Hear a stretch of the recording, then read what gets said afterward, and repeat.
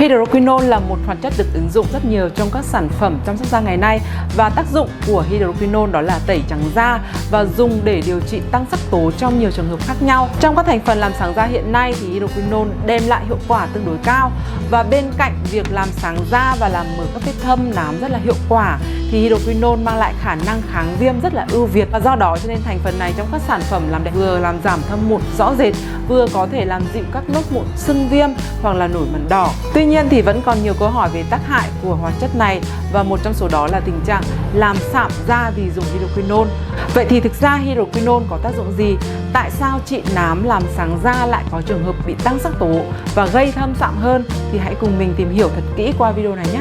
Hydroquinone là hoạt chất được sử dụng làm sáng những mảng da sẫm màu, hay còn gọi là tăng sắc tố da, hoặc là nám, đồi mồi hay là tàn nhang. Theo nhiều nghiên cứu thì hydroquinone khá là an toàn, và tuy nhiên thì vẫn có một số ít các tác dụng phụ xảy ra, và nó có thể được sử dụng an toàn và bán như là một loại thuốc không kê đơn với nồng độ là 2%, và có tác dụng tẩy trắng bằng cách đó là làm giảm lượng tế bào hắc tố và giúp cho làn da sẽ sáng màu hơn. Và thông thường thì cần ít nhất 4 tuần để thuốc có thể phát huy tác dụng.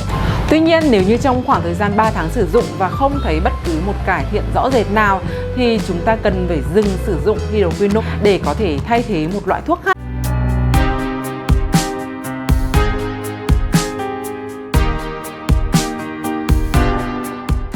Một số tình trạng da có thể phù hợp với hydroquinone như là sẹo mụn, đốm đồi mồi, tàn nhang hoặc là nám da, và tình trạng viêm do vẩy nến hoặc là chàm gây ra. Và mặc dù hydroquinone có khả năng làm mờ những đốm đỏ hay là nâu đã có ở trên da, nhưng hydroquinone không có tác dụng trong việc điều trị tình trạng viêm da.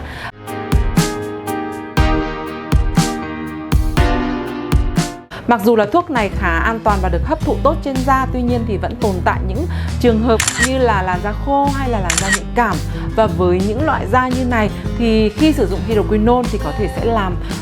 làn da sẽ ngày càng khô và có những biểu hiện của sự kích ứng nhiều hơn. Tuy nhiên thì tình trạng này có thể sẽ giảm bớt theo thời gian nếu như đã quen và thích nghi với việc sử dụng loại thuốc này. Còn đối với da thường hay là làn da dầu thì ít gặp phải những tác dụng phụ này hơn, và theo một số nghiên cứu thì hydroquinone có thể hoạt động tốt nhất trên làn da màu trắng. Vì vậy nếu như làn da trong khoảng trung bình cho đến tối màu thì nên tham khảo ý kiến của bác sĩ trước khi sử dụng loại thuốc này để tránh khỏi tình trạng làm tăng sắc tố da cũng như là tác dụng phụ không mong muốn. Và chìa khóa trong việc sử dụng hydroquinone phải kiên trì sử dụng. Vì vậy việc kiên trì và nhất quán sử dụng hydroquinone trong một thời gian đủ dài là cách tốt nhất để sản phẩm này có thể phát huy tốt và hiệu quả trên làn da. Lưu ý trước khi sử dụng thì nên dùng thử sản phẩm này trên một vùng da nhỏ để xem là có thích hợp hay là có phản ứng phụ nào không. Và ngoài ra thì trước khi dùng kem thì chúng ta có thể làm sạch da và dùng nước hoa hồng để có thể làm tăng tác dụng, và rửa sạch tay sau khi dùng sản phẩm để ngăn không cho sản phẩm sẽ tiếp xúc với những vùng da khác trên cơ thể cũng như là dính vào làm ố vàng quần áo. Tóm lại thì hydroquinone là hoạt chất làm trắng da hiệu quả và được ứng dụng rất nhiều trong các sản phẩm chăm sóc da ngày nay. Và tác dụng của hydroquinone trên da là nhờ vào khả năng làm giảm lượng hắc tố trên da, và từ đó sẽ làm trắng da một cách rất hiệu quả và an toàn.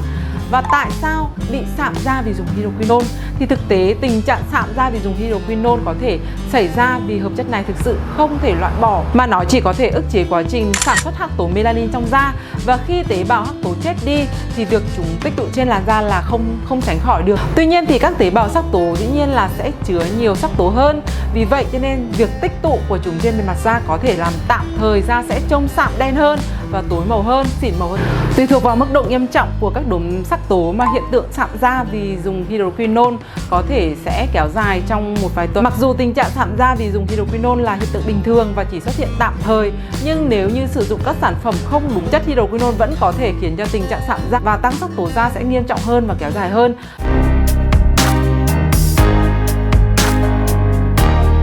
Và một số lý do phổ biến làm tình trạng sạm da vì dùng hydroquinone kéo dài.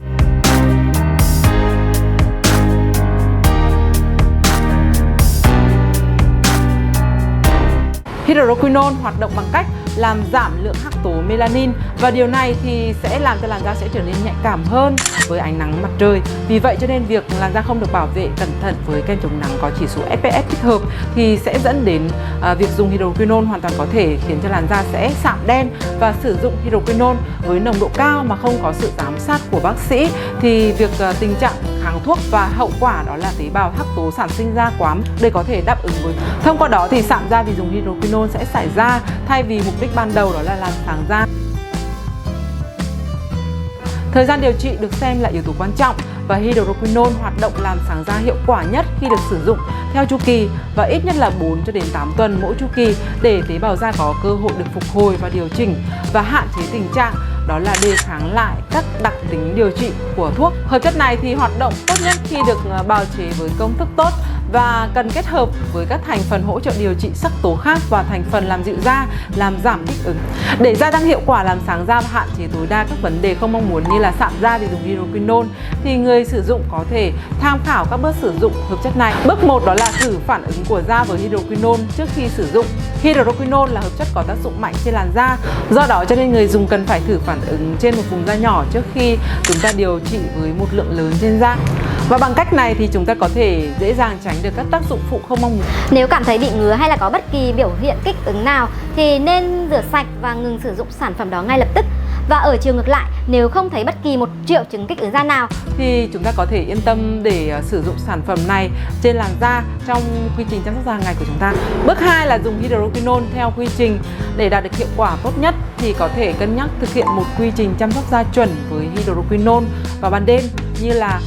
chúng ta sẽ sử dụng lần lượt theo thứ tự đó là sữa rửa mặt, rồi đến nước cân bằng, tẩy tế bào da chết hóa học và tinh chất tăng cường hydroquinone và kem dưỡng. Và vào ban ngày thì kể cả dùng sản phẩm bổ sung hydroquinone hay là không thì người dùng vẫn nên sử dụng kem chống nắng để có thể bảo vệ cho làn. Một số lưu ý khi sử dụng hydroquinone đảm bảo an toàn đó là dùng kem chống nắng với chỉ số SPF phù hợp, tối thiểu là 30 vào ban ngày và tránh để da tiếp xúc trực tiếp với ánh nắng của mặt trời. Vì nếu như không bảo vệ cho làn da khỏi ánh nắng của mặt trời thì sẽ làm tăng sắc tố da và khiến cho làn da sẽ trở nên đen, và tránh thoa hydroquinone ở quanh vùng da nhạy cảm như là mắt, mũi, miệng vì có thể sẽ gây ngứa, đau hoặc là khô. Và không sử dụng hydroquinone trên vùng da đang kích ứng và không dùng chung hydroquinone với benzoyl peroxide vì có thể sẽ gây nên hiện tượng đen da. Sau 3 tháng sử dụng nếu không thấy hiệu quả thì nên gặp bác sĩ da liễu để có thể điều chỉnh lại nồng độ hydroquinone và không nên sử dụng hydroquinone quá 5 tháng liên tục trong một chu kỳ điều. Và nếu đang mang thai hoặc là ý định mang thai thì nên tham khảo ý kiến bác sĩ da liễu trước khi sử dụng các sản phẩm làm đẹp có chứa hydroquinone. Hydroquinone là một hợp chất hữu cơ mang lại hiệu quả cao trong việc làm sáng da và chúng có tác dụng làm trắng da, làm điều trị tình trạng tăng sắc tố trên da. Tuy nhiên thì nếu sử dụng không đúng cách thì hợp chất hydroquinone vẫn có thể khiến cho tình trạng sạm da, tăng sắc tố sẽ trở nên nghiêm trọng và kéo dài hơn. Vì vậy cho nên trước khi sử dụng thì nên. Với những điều chia sẻ vừa rồi thì hy vọng là bạn sẽ cải thiện được làn da với hoạt chất này và các sản phẩm có chứa thành phần hydroquinone để làm sáng da, ngừa sạm da, nám da, tàn nhang. Thì mình sẽ để link ở phần mô tả video để các bạn có thể tham khảo. Và bây giờ thì hẹn gặp lại ở những video sau. Đừng quên subscribe để có thể cập nhật kiến thức làm đẹp từ Nhật ký da liễu.